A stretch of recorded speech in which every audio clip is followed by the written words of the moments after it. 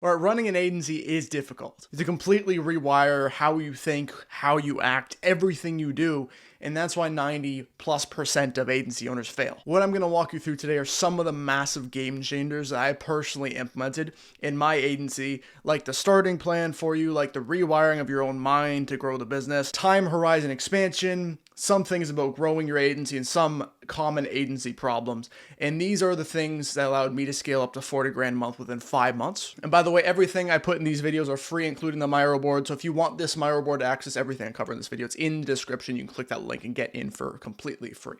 All right, so let's get into the core ideas now. So the funny part is, and I really was laughing when I was writing this, you just got baited into clicking into this video because you think you need another 20 to 30 minute strategy or method on how to grow your agency. Okay, so I kind of got you there. And let's give you a quick hard truth before I actually give you the plan laid out for you. The likelihood of you already knowing what to do is unbelievably high. You probably heard the same advice given to you 4, 5, 6, 7 times on how to grow your agency. And if you're going to be honest with yourself, and I'm just going to try to see your position because I was there, you're likely procrastinating right now, watching YouTube, thinking this video is going to make it easier to scale your agency by collecting more information. So that's probably the mindset and why you clicked on this video. But the last thing you personally need on how to grow your agency is not more information, it's more execution.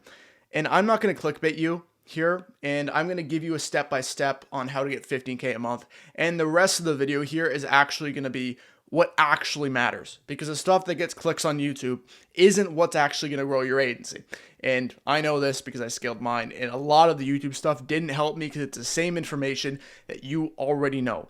But if you don't know how to grow the agency and you clicked on this video for this, you can listen to this and then go on to the other stuff. The first category that you probably know is a profitable niche. The 3 categories you need for this: need to be able to contact them via phone number, via email, via cold DMs. They have to have spare money to invest. So if you're charging 5K for a product, or you want to at least, and you're working with a broke niche who has no money to spare, that's not going to work. Then the third thing is they have a pain point to solve. So they need help with something and are going to admit that they need to grow. Maybe they're relying on referrals or relying on outdated method. They need to actually bring someone in from an agency to help them grow their current business. Second thing you need to do is build a performance offer. I've talked about this a million times, but you need a dream outcome. You need a promise to them.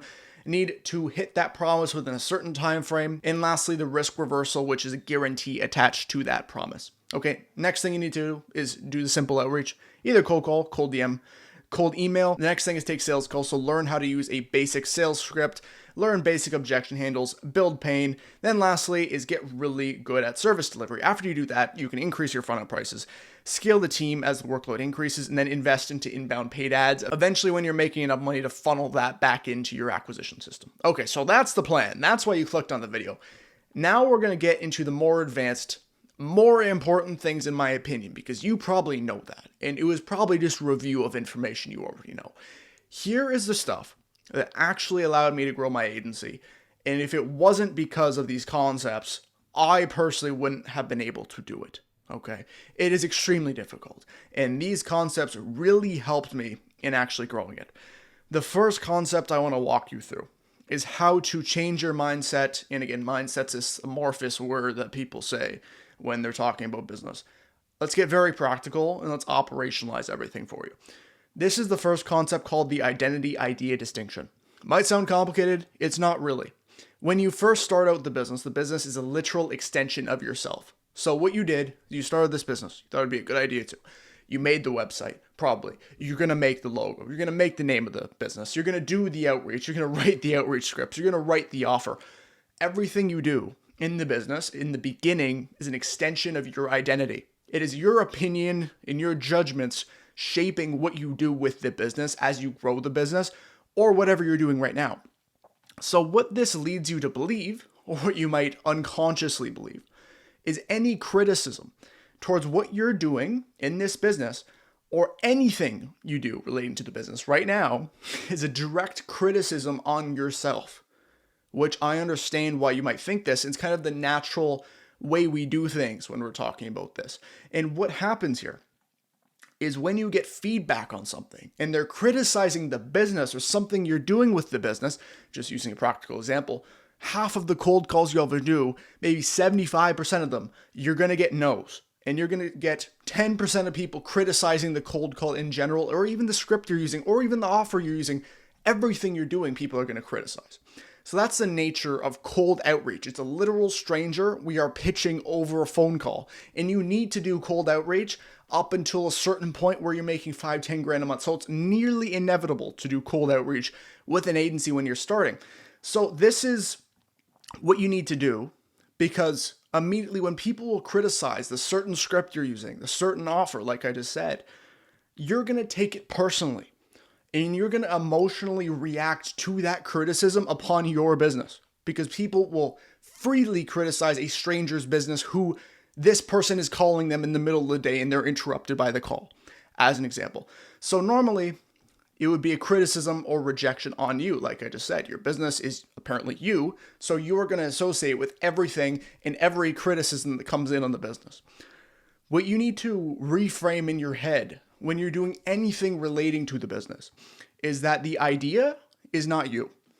It's a very, very simple frame switch when you're running the business to say, this idea right here, this script, this offer, this ad I'm running, this ad that I'm in the ad for is not actually me. And again, this is a little white lie you can say when you're in the ad and they're criticizing you, but still in that case, it's beneficial for you. It's net beneficial for you to say, this isn't me, it's just the idea I'm putting out there. So it's very important to do this so you don't emotionally react to every single thing someone ever says to you in the business. And just some background on why this actually happens. There's an evolutionary bias for this, and we are very social creatures. So when we're evolving and we're adapting to the environment, acceptance into a social group was unbelievably key. So we're consistently looking for validation in everything we're doing. I'm uploading this video to see how you guys will like this. It's just built into us. To succeed in anything, you have to get other people's validation on how it is, how good it is, and what to do next. It happens all the time. So what happens here is when you get rejected, and I'm going to get off this in a second because it's kind of some background, any rejection would leave us to die. So when we're dealing with rejection, it's actually a core evolutionary tactic for us to stay alive. So this is really important. So it's a primal fear of rejection that we have. So let's tie it back for a second into the start of the video where I said you are procrastinating by watching this. So there's two types of people who reacted to this statement, because this, and I did this purposefully so I can prove my point here. So notice how I did this. I said, you are procrastinating by watching this, and this is completely a direct attack on your identity right now. It's just attacking you, saying you're procrastinating by watching this, okay? So there's two ways that a person could react to this statement primarily. Number one, there's probably half of the people who are watching this video who got emotional, and they got angry, and they clicked off the video and said, screw this guy. So those are probably half the people. My retention for this video is probably going to be horrible because I offended people by telling them that they're procrastinating by watching YouTube. What happens with this first option is they get emotionally angry. They reject the statement and say, screw this guy. The behavior doesn't change. This is why this concept is so important. The behavior does not change when you get emotional to it and say, screw this guy, because you don't like them. You reject them entirely after that, okay? Number two is you do this. You stay rational and think to yourself, am I actually procrastinating right now to avoid doing the work that I should be doing? And you analyze that statement that's actually attacking you. But instead of getting offended by it, you analyze the statement rationally, separate it from the identity, and say, is this true? Is this genuinely true? Am I doing this because I am done all the work for the day? I did all my outreach. I'm just sitting here trying to gain some information on my next few steps. Okay. Or am I just avoiding doing the cold calls like the 200 I need to do today, and I'm just on YouTube instead, as an example. When you do that and you analyze it rationally and do the pros and cons list of if this is correct or not, behavior changes. Okay. So do this for every single piece of market feedback you get in the business, because it is fundamentally a rejection game, and all comes down to you're going to get 50 rejections on a cold call this day. How are you going to react to them? Are you going to have the mental stability to take that 5 days a week for the next 2 months? This is, in my opinion, the best way to do that, because your biological instincts are going to kick up a fuss every single time you get a rejection if you don't do this. So, with this being said, business success comes down to taking opinions and ideas to heart, even if they're a direct criticism to you. You cannot write them off. All right, the next concept here. It's called time horizon extension. The people that I looked up to in business that made me succeed in a way taught me to think of everything on an extremely long time horizon, thinking long term, and then translating that long-term thinking into daily actions with that long-term goal in mind. Okay, that might seem amorphous for a second. Let me break it down. For you personally right now, at least this is me too, you're likely used to getting everything instantly. So you have literally Uber Eats on your door in 20 minutes. That food you want, you order it. The same dopamine hit of making $1 million immediately when you open Instagram or Shorts is on your phone at all times. You can pick it up and go, I want to scroll for 2 hours straight and have the time of my life, but get absolutely nothing done. We're used to quick feedback loops and positive feedback loops because apps are designed to keep us retained on that specific app for as long as it possibly can so we can get more ad revenue. There are 2 potential ways from this to respond in business. Number 1 is building a business is too hard. My attention span isn't there. I'll do it later when I have time. And I'd rather seek the comfort that I want. Or you might be doing that unconsciously and just operating day to day with the intention of building a business, but then just opting to go on your phone when you don't want to do something that's difficult. Option number 2 is the correct belief if you'd like to succeed. The barrier to entry has never been so low. Because of this, being able to work on something for 3 to 5 hours every single weekday puts you ahead of 95% of people, which is true. Why do so many people fail at building a business? Because we have this damn thing at all times in front of us now. Instant gratification, instant feedback loops, positive feedback loops. Always, okay? What's the key point I'm making here? In our market here, let's put it bluntly as possible, everybody sucks. Everybody sucks. And you'll hear this from prospects on sales calls all the time. I still do. And it's like, I got burned by an agency before. Or from an agency owner, like talking to other agency owners. The market is too saturated. And the simple answer is that everybody sucks because we have these devices and they're too pain avoidant to do anything difficult in a business. But the truth is, the barrier to entry is lower. And if you care one bit about your clients, you'll be better than most agencies at your level. And this is just the truth. This is the whole cold hard truth that I've found. When I'm talking to prospects, when I'm talking to my market, when I'm talking to other agency owners doing cold calls, and everybody I talk to is 1 month in and they do this right here. Like, I'm going to walk you through what they do. This is the average agency. Who is your competition? I'm trying to reframe your perspective here on how easy it actually is to grow your agency. This is most agencies. Cold outreach thousands of businesses with absurd promises and guarantees. So like, I'm going to talk to you, I'm going to pitch you on 50 clients within 2 weeks. Seems amazing, right? But it seems unbelievably unrealistic. But the next thing they do is get them on a sales call, iterate absurd promises and guarantees, and show fake case studies. So they're going to go, look at all these clients getting those 50 deals in 2 weeks when they're all fake. So that's a second step of scamming everybody. Number 3 is close the client, charge $3,000 a month retainer. Number 4 is you sign the client, deliver a horrible service, make up a reason why the guarantee is voided, and don't refund them. Okay, so when you hear this right here, where I got burned by an agency, this is what probably happened. Or they paid for some leads, like 100 leads from an agency. They ran the ad. They don't know how to target the ad. They don't know how to make a good creative. They got scammed. Ending this section on a hopeful note, because that might seem super bad and you want to not do this whole agency thing at all. Building a high quality, scalable, ethical business comes into putting inputs and not seeing results immediately. Because coming back to like order food, it's here right now. Coming back to opening Shorts and scrolling reels for 2 hours, it's instant gratification. And this type of agency is the most instant gratification agency out of them all, right? Like you're like, if we want a client in the next 24 hours, if I want a client, let's use an example. If I want to pitch you and make as much money within the next 48 hours as possible, What I would say to you on this YouTube video is pay me $10,000 each, and I'm going to get you 90 agency clients within a week. That is the shortest time horizon thinking possible. My reputation in a month is gone. I will not be doing business for the rest of my life. I'll be scamming all of you. I'd have threads everywhere when you search up my name. Okay, so notice how the short-term thinking crashes your agency like that. Long-term thinking of how is this going to play out on a multi-year time horizon, or at least a multi-month time horizon, or a quarterly time horizon, way better way to think. Okay, so how do results actually come then with a long time horizon? Let's think about that for a second.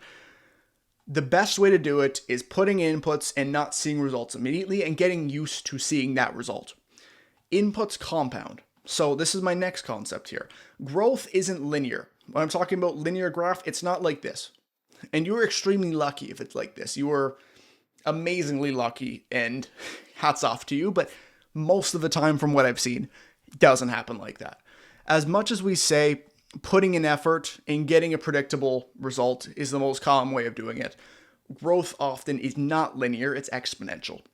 Okay, let's put this in practicality for a second and make it very realistic in terms of how this would play out in an agency with actual metrics associated with it. Let's use cold calling as an example. And the situation is you're trying to test which cold call script gets you the best results. Think about this for a second. Cold call test script number 1, we have a 1% appointment booking rate. Okay, not the greatest. Script number 2 that we test after another 300 dials is a 2% appointment booking rate. Okay, test number 3, 1.5%. Test number 4 is 1.5%. Test number 5, 4.5%. This is what happens because as you test more and more and more and more things, your judgment muscle builds. So you go, I've gone through 5 different ways of doing a cold call, and these got these metrics. I'm going to test this now and see how this works. Okay, after all of those tests, you now know not to test this thing because it already didn't work. So as you test more things, your judgment of what works and what does not increases in its predictable ability of seeing, I'm going to put in this and I'm going to get in this. I'm going to get out this result. I hope that makes sense.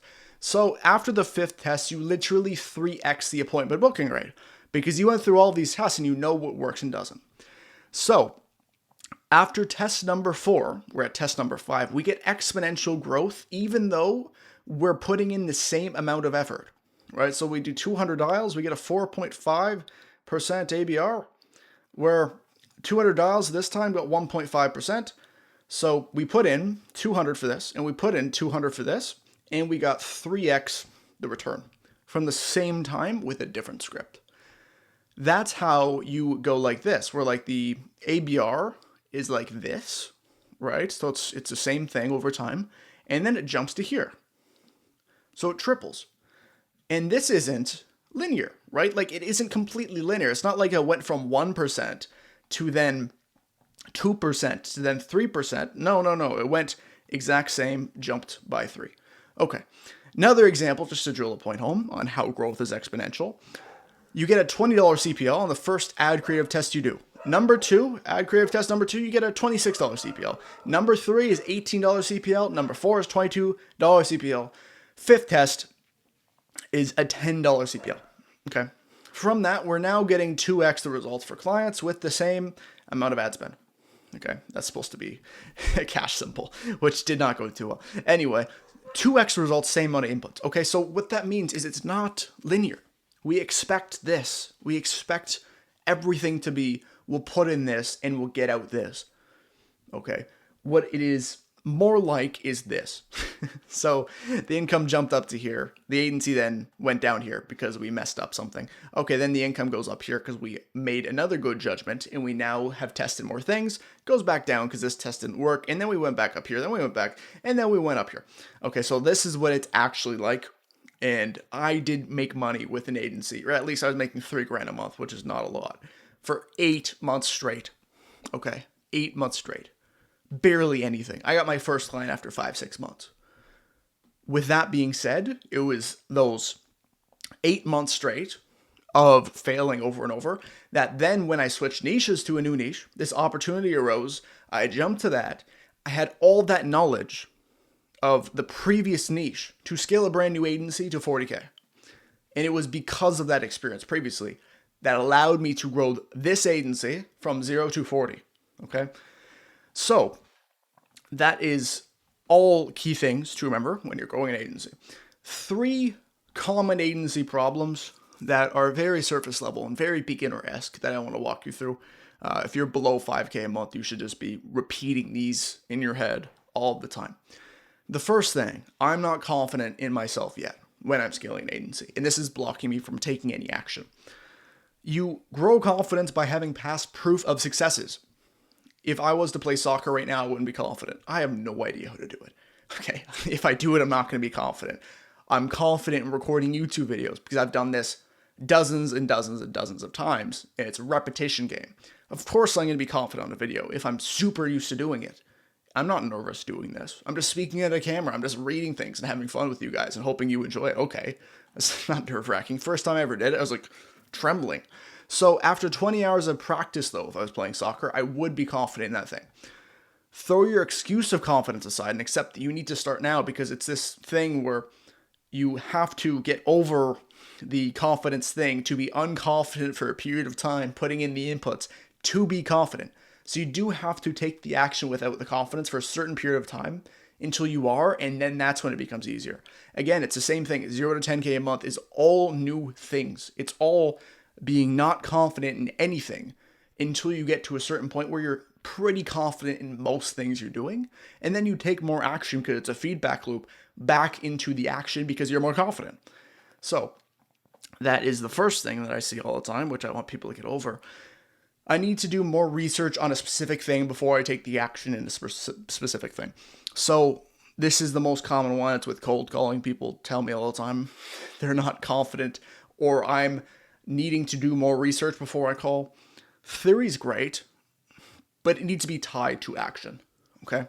So you need action in theory associated. If you just did the theory, you are still going to be bad at the action. If you just did the action, you're going to still learn the theory by doing the action. Okay? So if we learn theory, you're not going to improve the action as much as doing the action, and you're going to learn the theory anyway. Again, the best thing is to do the action and the theory at the same time, and tying the theory to the action as you're doing it, and you're executing in real time, improving it. So you could read every book, watch every video, and absorb all the tips on cold calling as an example in the world, and none of it will match the learning that you'll actually get from picking up the phone and doing 1,000 dials to your niche. You will have no idea the type of market research you can do by just talking to people, by just doing the action, versus asking questions to ChatGPT for 24 hours and trying to do market research that way. So you need real-time feedback, and the only way to truly get good at it is by doing it and not researching it, okay? Third thing here is I need to wait for a better time. You know what I'm thinking, right? There's not going to be a better time. Every morning I wake up and have like 5 new urgent things to do. Whatever thing you are putting off because you have to wait for a better time, things are going to come up that's always going to block that. It's just an excuse that needs to be thrown out the window because there's not an ideal moment in anything. It's just another form of procrastination marked as preparation, and it is never going to work out. So you need to start just now in anything you're doing. If you're like, Joe, I haven't done my cold calls yet, I need to research. Action step after this. Again, you already know what to do. You've gone through the plan here. Like, you know you have to pick a niche, you have to do the offer, you have to do the outreach, you have to take the sales calls, you have to learn service delivery. You know you have to do all that. It's a matter of you sitting down at the laptop and cranking it out until you build the confidence to do it more. Once you're confident in that thing, you'll keep doing it because it's easier now. Okay? So I hope this helped you and it was beneficial and valuable. That would be amazing if it was. Thank you so much for watching. If you want this Miro, it is for free. It is in the description. I'll also put it in the pinned comment. Get that if you want. Click the link. It's free. I'll see you later.